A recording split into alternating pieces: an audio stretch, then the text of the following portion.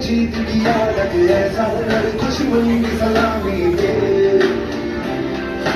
तू सूरज हम तेरे उजाले तुझसे जुदा नहीं होने वाले आखिर तक हम सफर तिरंगे के जय हिंद जो नस नस में है हर बाजी फिर बस में है जिंदगान के हिंदुस्तान बोले सलाम सलाम सलाम सलाम वंदे मातरम सलाम सलाम सलाम वंदे मातरम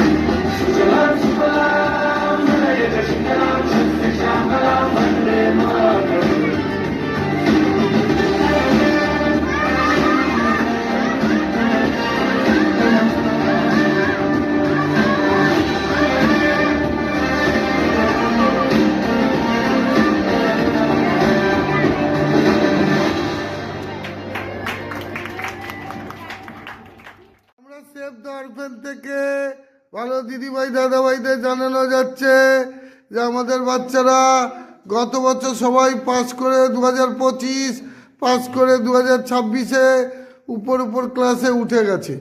তারা সবাই নতুন ক্লাসে যেতে শুরু করেছে, কিন্তু যেহেতু আমাদের আলাদা স্কুল, গভর্নমেন্ট থেকে আমাদের কোনো সহযোগিতা বা সাহায্য আমরা পাই না।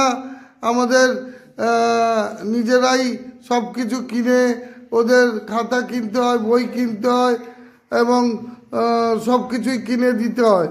তাই আমাদের কাছে ফিনান্স অতটা নেই।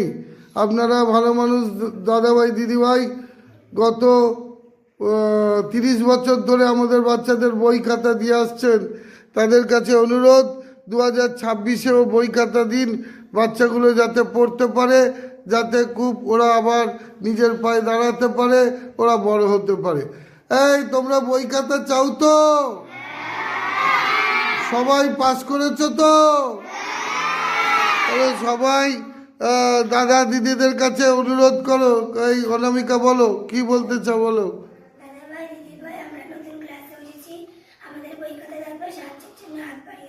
হাত বাড়িয়ে দাও, বলো তোমরা বলো কি বলতে চাও।